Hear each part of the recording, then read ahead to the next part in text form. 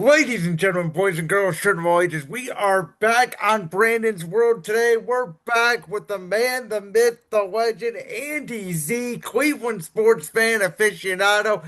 Andy's been wanting to come on here since the Cleveland Guardians postseason ended a little bit less than a week ago at the time you guys are hearing this recording. So, Andy, welcome back to the pod, my man. Thank you for having me, Brandon. It's always a pleasure. Yeah, listen, I've been telling people, despite us not covering the MLB playoffs a ton on this podcast, we are obviously a NFL driven podcast, but these MLB playoffs have been exciting. But our Cleveland Guardians got eliminated within the first 3 days.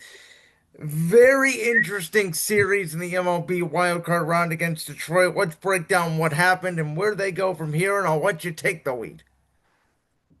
Yeah, obviously it was a little bit of a heartbreaking series, a heartbreaking loss, especially after how excited everybody was, the final month of the season.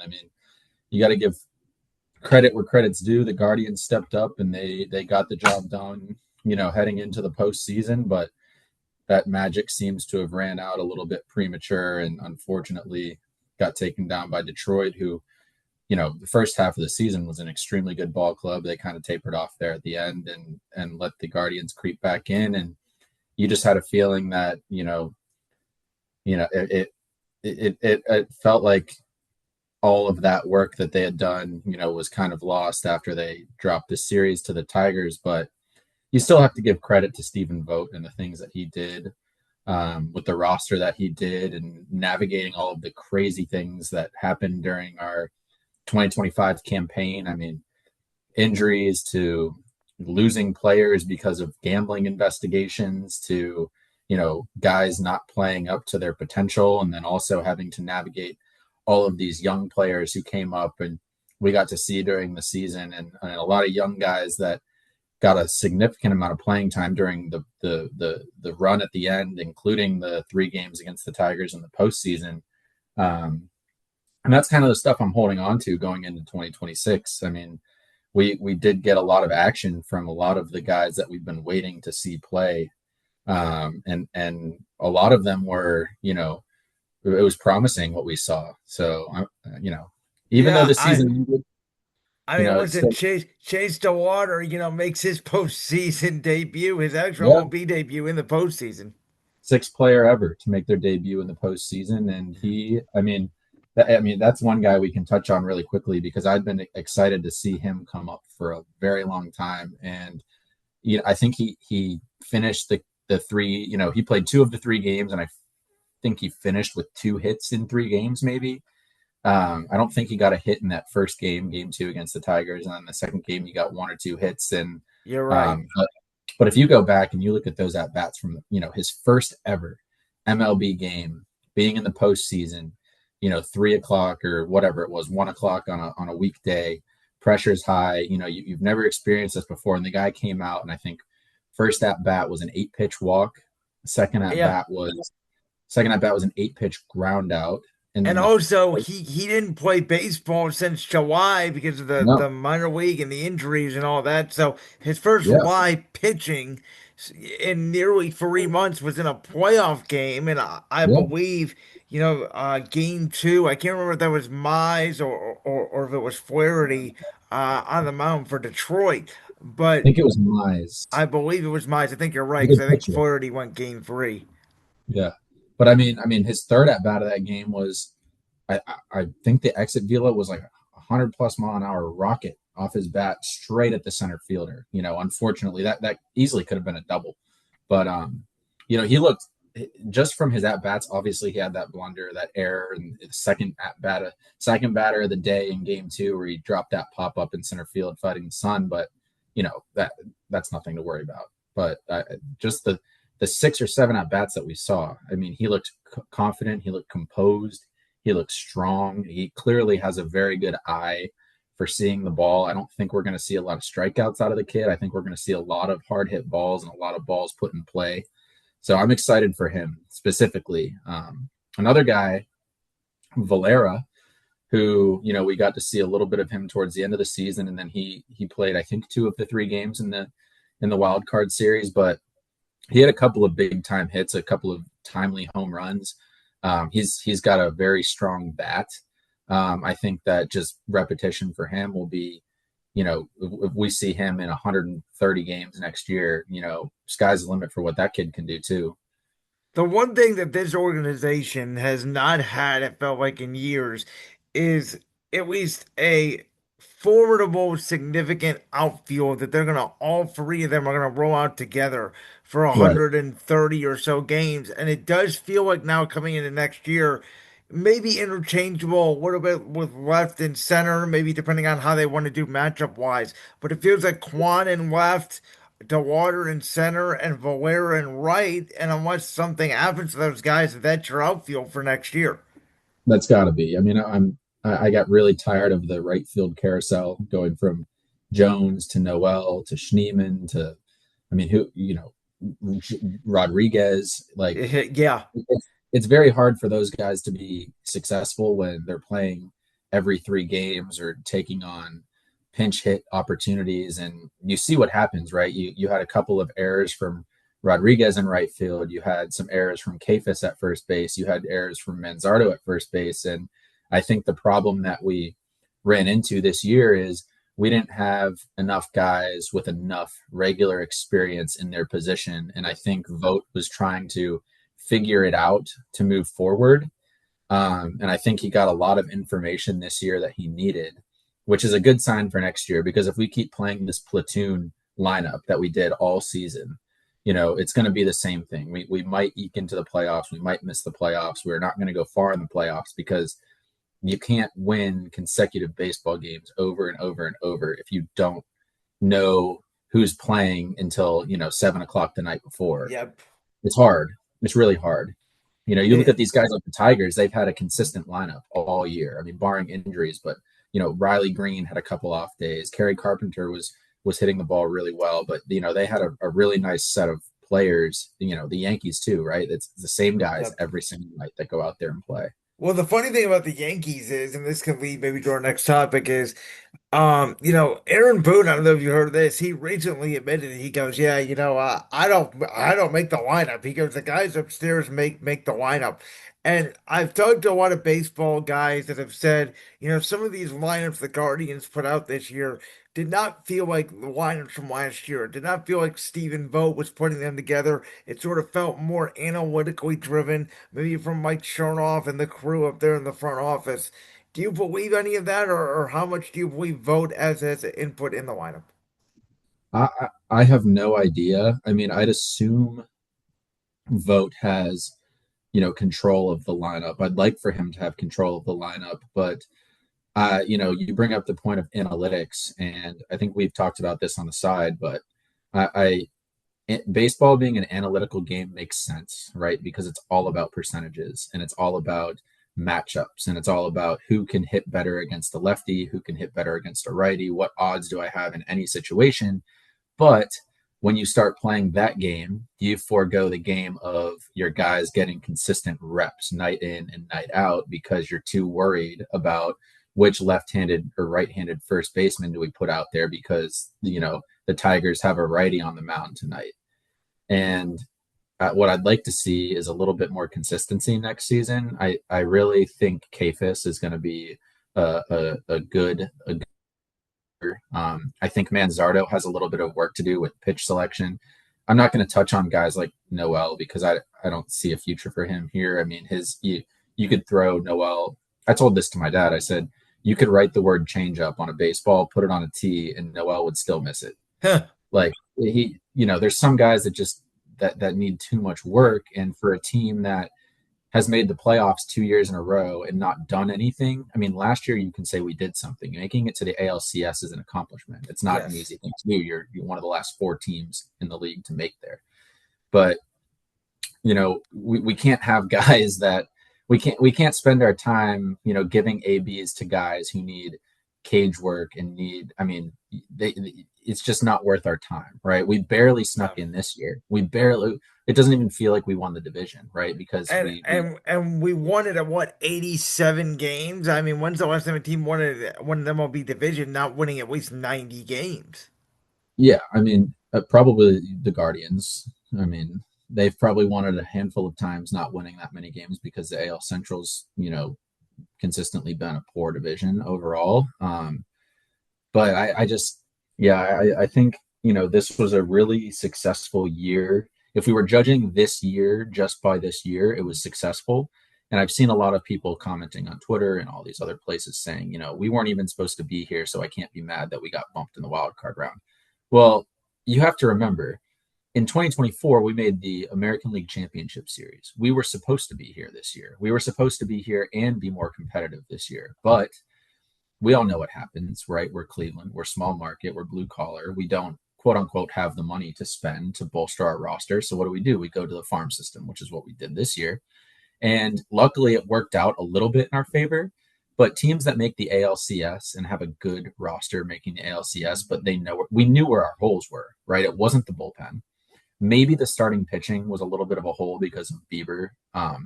We can talk about Bieber, but we don't have to. I don't mind that they traded him. I think they traded him at a good time.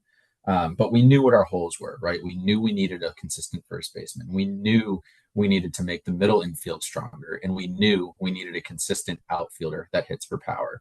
And the front office didn't address any of those by bringing in a free agent this, past You are offseason. correct on all those accounts. Now, they could make the argument that maybe those holes that you mentioned have sort of been filled. I would make the argument the outfield hole has been filled.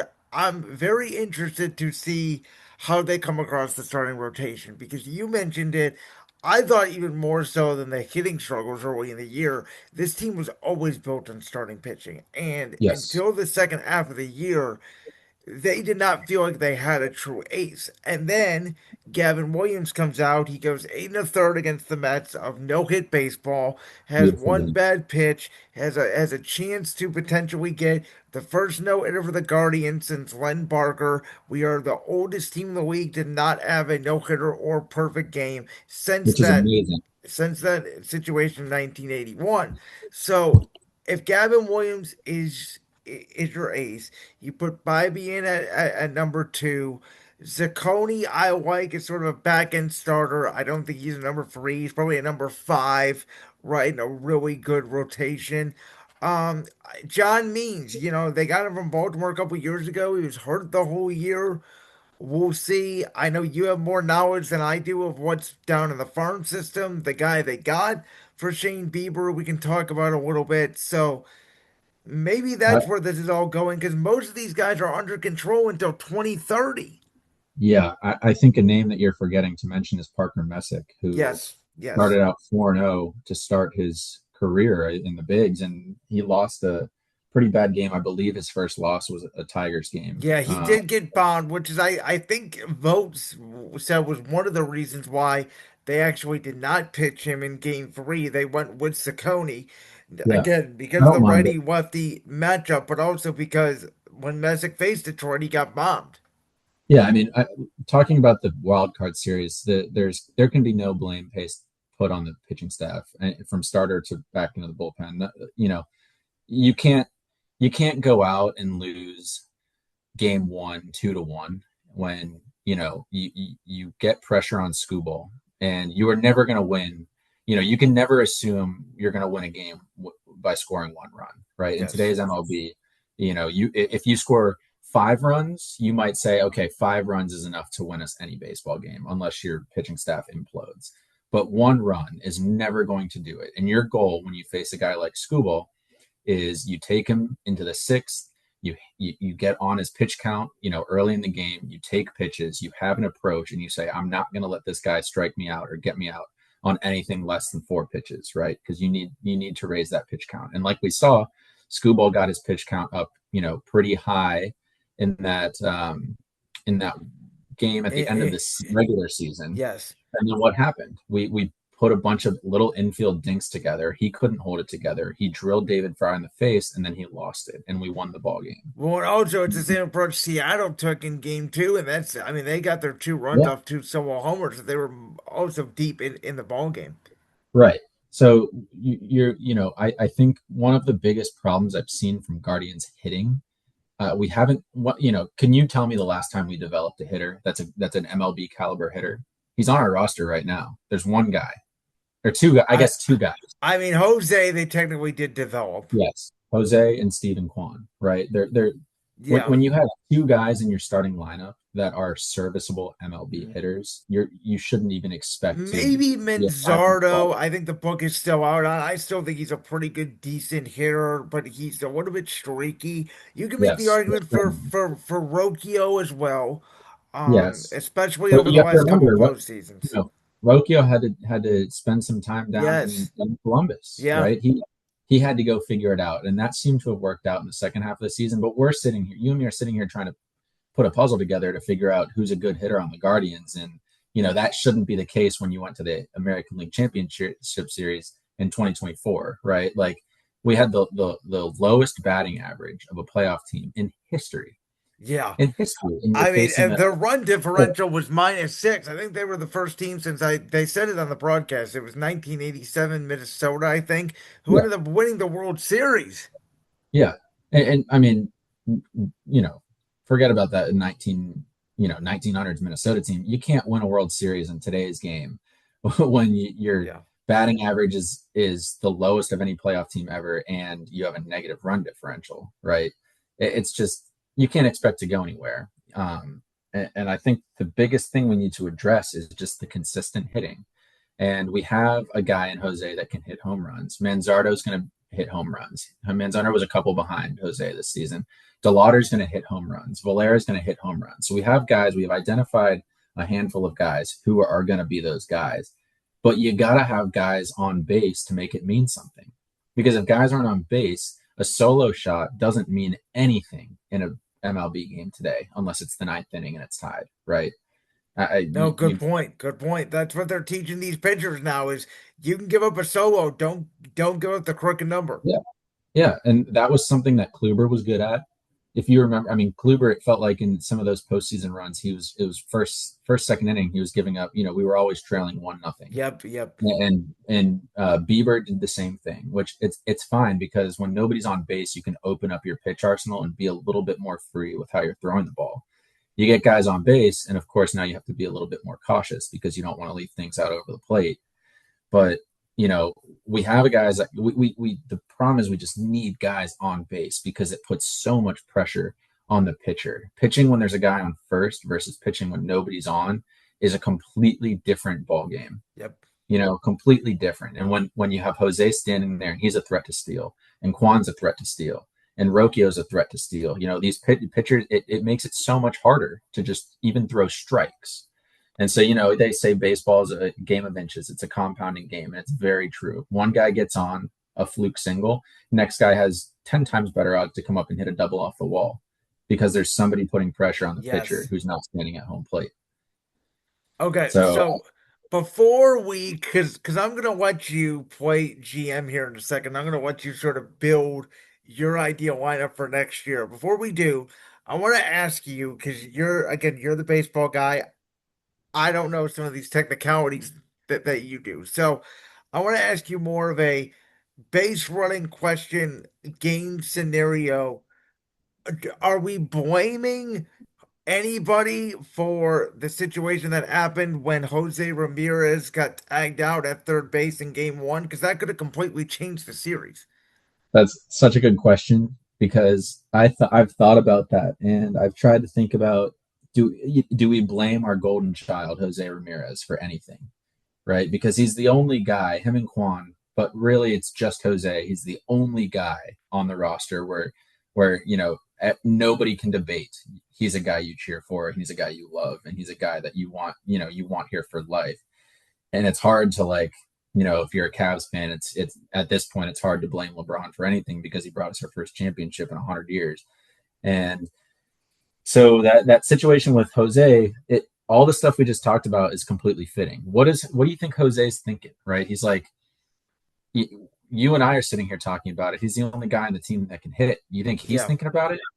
I yeah, mean, he's thinking I'm standing at third base. I think Jose got on, and I think Valera struck out right after, right? yes, And Jose's thinking I gotta score by any means necessary. And there's, if I'm him, do I have faith in the two guys behind Valera to put a ball out of the dirt and out of the infield? I don't know. I think in that game, I think I went back and looked at it. I think there were four balls hit out of the infield by the Yep, Guardians, yep, you're right. and one of them was a hit. And it's like, we've gone through probably 35 batters at that point in the game, and four of them have managed to put the ball out of the infield. I don't have any faith that somebody's going to be able to get the job done. So in my mind, I'm probably thinking as soon as I hear the bat, I'm making a break. And if the ball's down, I'm making a break. And it's hard to, he probably shouldn't have ran, but he's got all that pressure on him, right? He's the game-winning run against Skubal in game one of the playoffs. In that situation, though, typically, I'm just thinking from a base running perspective. I would think you have to wait until the ball gets past the pitcher to take off, right? Or no, unless you're completely going on contact. That's the technicality, yeah. And what he should have done, hindsight's 2020. If he did decide to run, he should have just committed home and made the pitcher make a play. We forget half the time that these pitchers also have to feel. They're not used to it. They have to feel the ball. They have to Yep. throw the ball, and the catcher has to catch the ball and tag the Well, run. just like the play with the closer in Game 3, right? When it looked like the Guardians or Will Vest, right? They may Yeah, potentially get a man on. It's 6-3. They commit the error. Jose doesn't run all the way out because he's thinking, oh, there's no way Will Vest is gonna be able to make a perfect throw. Bam! It's right on the money. They get him. And I mean, who knows what happens if Jose Ramirez is safe at that point? We could have had a whole new ball game. right. And that's another one. You go back and you watch the footage. Jose was not running hard from first to Yes. second. So you can put blame there, but you can't put blame on him deciding to go to second base. That's the right play.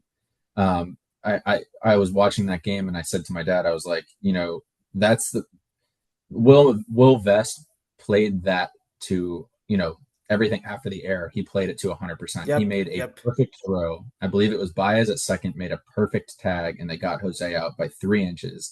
And, in 100 different universes, he's safe. But this is just that was the instance where the Tigers made a really good defensive play after an error, and it worked out in their favor. And unfortunately, that's how it ended. So All right, yeah, that was upsetting. let's build your I don't want to say dream lineup, but what's the ideal lineup? And you can include free agents. Let's talk some targets here. Let's look at how the lineup is going to look at. You can either take this from a 1 through 9 perspective, or if you want to take it from position perspective. We can go 1 through 9. I think the obvious, well, first thing the team has to do is extend Quan. We can't go into next year with no extension. But Quan extended left field, batting first. Batting second, I usually like a guy that has a little bit of power, that has a little bit of juice. I wouldn't mind seeing DeLauder second if he's going to have long, good at bats where you give a Quan a chance to take a base, steal second because the pitcher's working overtime trying to get DeLauder out. He's going to hit some home runs in the 2 hole after Quan gets on, and we're going to start the game up 2-0. Obviously, Jose in the 3 hole playing third. Oh, DeLauder in center or right field, by the way. Um, I have a feeling that a lot of those guys are pretty interchangeable. If you can play center, you can Yep. play right. Yep. If you can play right, you can't necessarily play center, but he's already played center. So Jose batting three, third base, batting four. I don't mind Manzardo there if he can figure out how to extend at bats and not strike out as much. You never want a strikeout merchant sitting after your best hitter. So if he can find a way to put competitive at bats together and try and move Jose around after he gets on, I like that. And then it gets a little bit weird after that because we have to address the middle infield situation. I don't think you can keep both Arias and Rocchio in the middle infield together. I don't think that combo is working. I think Arias had a pretty bad season. Defensively, they were pretty good. We had a really, really good defensive team this season, pretty much all year. But I think hitting wise, you can't afford to have both of those guys in the lineup. And I think you'd probably lean towards Rocchio because you have a couple of options coming up to play second base for you. I don't know where you put Rocchio in the lineup. I mean, he wasn't bad in the 9 hole. He's a guy that can roll over the lineup on some occasions and get on base and, bring you back up to Stephen Kwan. I think at second base, you're looking to expand into the farm. We have Travis Bazzana down there. I think he made it up to Columbus this year, which means we'll probably see him next year. I don't know if we'll see him on the opening day roster, but I'd expect to see him probably before the All-Star break, if I was not gonna right say around it. June-ish. Yeah. So, I mean, hopefully he can become your everyday second baseman. You drafted him 1-1. That's what he's supposed to be doing. It's very soon. I know a lot of guys in his class are already playing. The Royals brought up Caglione, which Yep. he's doing. We didn't see anything special, but I guess the kid's freaking 22 years old. So um, first base, I didn't mind Kafis. I think him and Manzardo are kind of interchangeable at first base DH.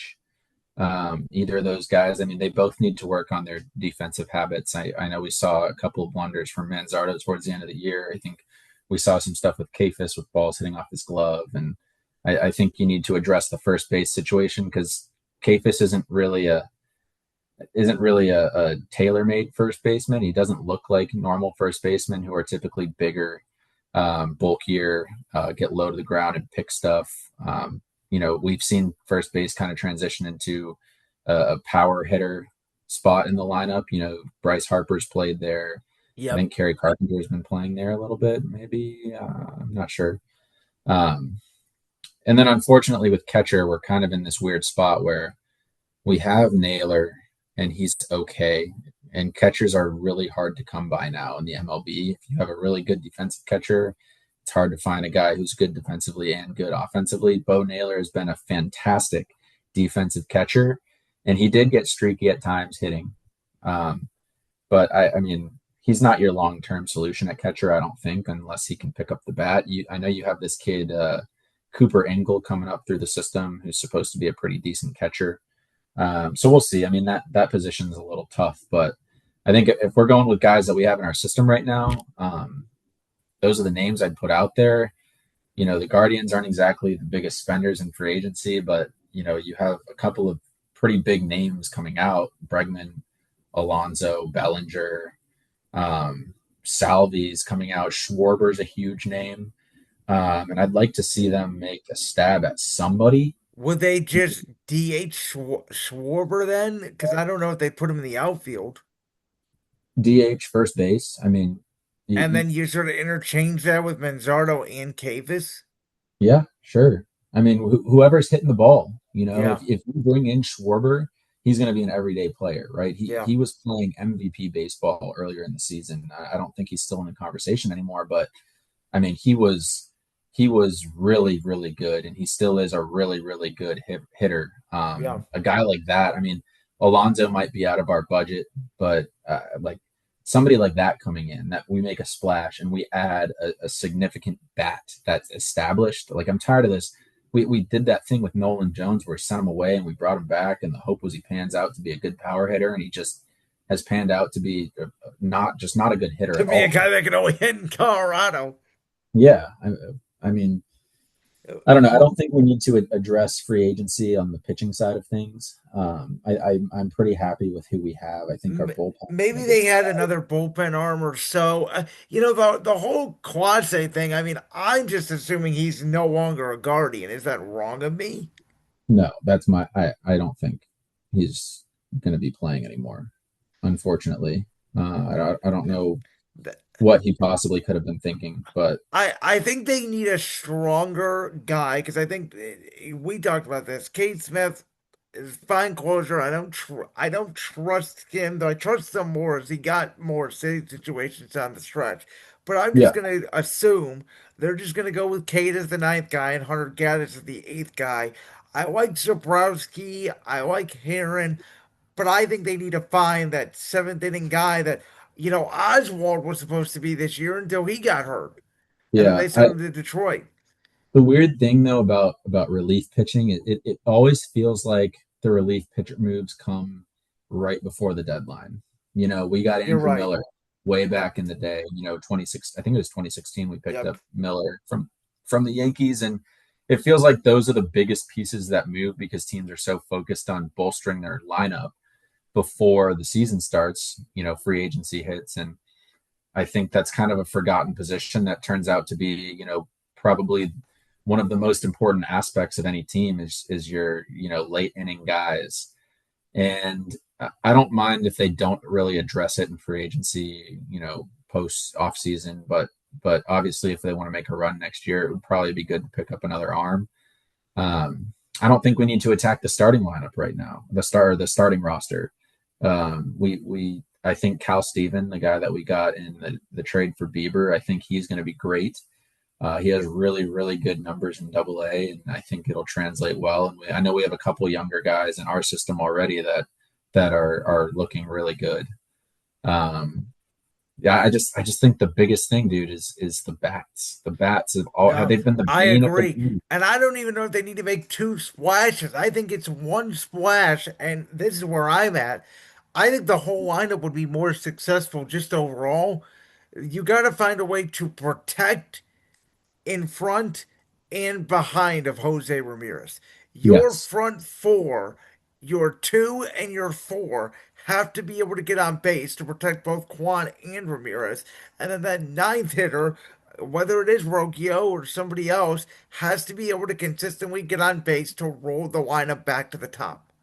yes, yeah. The biggest thing is that four hole right behind Jose. How many times did we see the Tigers just clearly pitching around him? Yeah, or even just intentionally walk him. And he goes up there, I think, knowing it. And you can tell he's up there going, I ain't going to swing the bat. I should just Yeah, walk down to first base. yeah, yeah. It's the unintentional intentional walk, and that's it's so hard, right? Because you need a guy behind him. Imagine you had, a 270 hitter right behind Jose. Dude, it's like it's crazy, dude. We just sit here and we talk about we want a guy who hits 270. That's not even Yeah. great. We've been That's saying, good. and we've been saying it for years. The name you brought up Years. that I find interesting, though, is Bregman, because where would you play him? Because he's typically a third baseman. Could you move him to short? Do you DH him? I mean, he feels like a he feels like a guy you could roll into the second base slot. If you pay the money for a guy like Bregman, I don't think you're putting him in a DH spot, and you're Okay. not moving Jose off a third. So I mean, Bregman is the probably the biggest name in free agency this year. I don't think the guards have any chance of signing him or bringing him in. But I'm more eyeing towards like an Alonso, a Schwarber, uh, I don't even a Bellinger who might be a little bit cheaper but still get the job done. We don't Yeah. need we don't need a guy who's going to hit 45 home runs. That's not our team. No. That's not how We we operate. And here's the thing, the new base part today is kind of like what Manzardo was this year, right? A guy that hits what 25 homers, but his average is like 210, 220. I'd rather Yeah. have a guy hit 17 homers, but he hits 260, 270, like you've been saying, because for that spot behind Jose, we don't need a guy to hit dingers. We need a guy to get on base so they can't pitch around Jose. Right. The idea should be, Quan gets on. He either Yes. steals or gets moved over by the two hole. Jose comes up, single, double. Maybe you have first and third. Maybe you have second and third. And then you have a four hole hitter who comes up and you can't walk him because you're not going to walk the bases loaded with 0 or 1 outs. Yes. And you have to pitch to him. Jose's probably stealing second base. So now you're looking at second and third with your four hole hitter up. And all you need is a single to take a 2-0 lead early in a ball game you Yep. know and like we said, baseball is a streaky game. Even, it's a streaky season. Players are streaky, but even inside of the game, even inside of an at bat, it's streaky. Yeah. It's streaky down to like individual pitches, which is crazy, right? It's you know in one inning you could strike out, and then your third guy up hits a double off the wall, and all of a sudden you put up 3 runs because now the pitcher's under pressure and 3 guys get hits in a row, right? Yeah. Double off the wall, you walk someone, and then one of your hitters comes up and hits a home run. It's 3 runs in that inning. Yeah, games could change in the blink of an eye. Before we get out of here, let me ask you quickly about your takeaways from the other series, the other teams in these playoffs. Do you have anybody you're necessarily rooting for? Do you have a World Series that you want, or you sort of hate watching, if you will, these playoffs of the Guardians aren't in it? My on the AL side, I would like to see Seattle or Toronto. I Yeah, think I those are think two. that's the sentiment of everybody. And I've Yeah, said it this year, Andy. You know, the one thing is, and we can talk about payroll here with Cleveland all we want, but I do think that in the playoffs, what we can see, maybe not so much recently, but more so in years past, payroll sometimes cannot matter as much because it comes down to ultimately can you get a clutch hit and do you have a better bullpen? And I think Seattle and Toronto being very good is so good for baseball. You know, yes, last year we got the big World Series, Dodgers, Yankees. Okay, that was great. Can we get like a Toronto or Seattle versus Milwaukee? These franchises that have been starving for World Series championships, not necessarily small, but I guess Milwaukee in some case would be, but relatively small compared to New York or Boston or Philly, and just yeah, enjoy the sport that is baseball for these absolutely great fan bases, by the way. That's the other thing. yeah. Oh, that I mean, I think the dream would be like you said, Seattle versus Milwaukee. Yep. Um, Obviously, the MLB doesn't want that for ratings purposes, but screw the MLB. They've had their fun the last couple of years with the Dodgers. Well, I also mean, though too, the Brewers, I would argue would pop a number because they are the best team in baseball this year. yeah, They're not like, and I don't want to diss the Pacers because they did make the NBA Finals, but it's like they sort of did it when nobody expected them to, where like the Thunder were the best team in the NBA, but they were in such a small market in Oklahoma City where Milwaukee is a baseball town and they do have a baseball history. And I think the country would rally around Milwaukee. yeah, it'd be cool to see. I also don't mind the idea of seeing the Phillies in the World Series because I'm not an anti-Phillies fan. I'm I also cheer for the Nationals on some occasions, and there's a couple of former Nationals on that team, and Bryce Harper, Trey Turner. And so I wouldn't mind seeing them because Philly notoriously has an incredible fan base. Yep. They're passionate fans. I think it would be I think it's a very fun environment baseball games in Philly. I went 2 years ago and it's a cool, fun place to go. Uh, Unfortunately, though, they have to come back down 2-0 against the Dodgers, and their bats are ice cold besides the bottom of the ninth inning in game two. yeah, I mean, it's not undoable. I mean, you look at the Yankees, right? They were down 2-0. Were they down 2-0? Yeah, and Yeah, they and they made that won last incredible night. comeback. The other thing, too, is in baseball, home field advantage. I guess, I don't. You tell me. I don't think it matters really at all. I don't know. I think because the game is so much about individual performances. Baseball is a game about individual performances. When you're up to bat, it's 1v1 you versus the pitcher, and may the best man win every single time. Your team isn't there holding your hand. They're not blocking for you. They're not setting picks. They're not Yep. setting screens. It's Yep. just you and a bat. That's Yep. it. You're And right. I You're think right. Baseball's so simple. You're right. And I've that's it. never had anybody explain it to me like that, but you are so right. It's an individual game. Right? I mean, maybe it is an advantage for the Yankees. They get to play in Yankee Stadium and they get a pop up to right field and it's a home run, right? Maybe that Yeah. is somewhat of an advantage, but it's not the deciding factor in a series. No, but I think that there's a clip from Bryson Stott from a couple years ago where he came up, they're playing his song, Living in a Big Blue World, got my head up in outer space. I think the bases were loaded. First pitch, as the song's fading out, the pitch comes in and he hits that grand slam and the entire place erupts.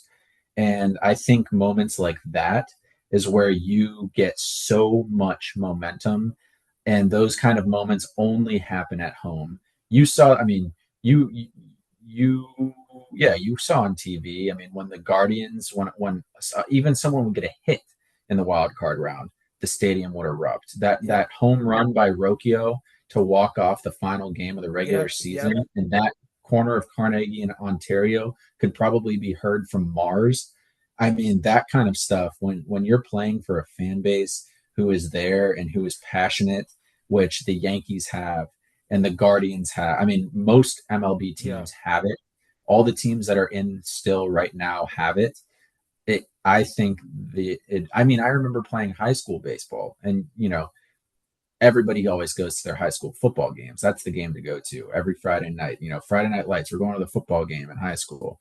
But when you'd see your friends and your classmates sitting there in the stands at your baseball game on a Tuesday night, it it helps. It makes you play better. It Yeah. does. When people are there supporting you, when you were a kid and your grandma comes and she's in town and grandma's coming to my game today when I'm 8 years old, it definitely I could feel it back when I was a kid.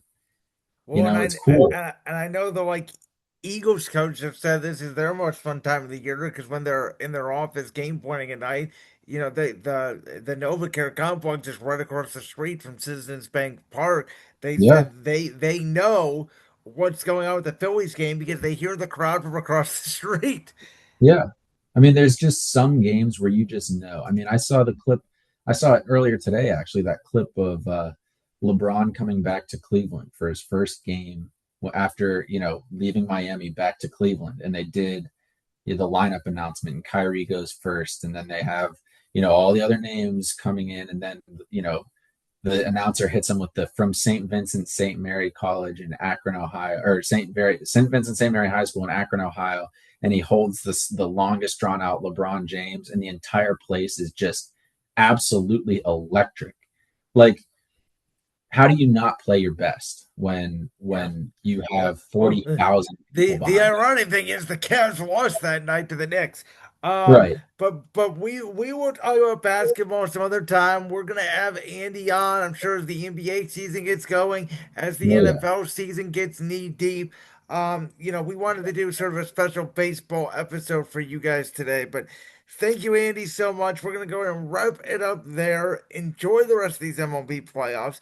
I'm sure I'll have you on either sometime before the end of the year or at least very early 2026 as we'll dive into all things NFL and NBA and maybe even some MLB free agency. Maybe the Guardians will make a move at some point. Yep. Sounds good, Brandon. Thank you for having me. You are welcome. And then, ladies and gentlemen, when we come back on Tuesday, I'll be recapping week 6 of the 2025 NFL season, going over WB Crown Jewel 2025 and the latest in the MLB playoffs. Until then, you guys already know never give up. Like that clip from the Brands World podcast? If so, make sure you go down there and hit that subscribe button. While you're down there hitting the subscribe button, make sure to also hit the notification bell so you never miss another upload. And make sure you check out all the other clips from the Brands World podcast right here on YouTube.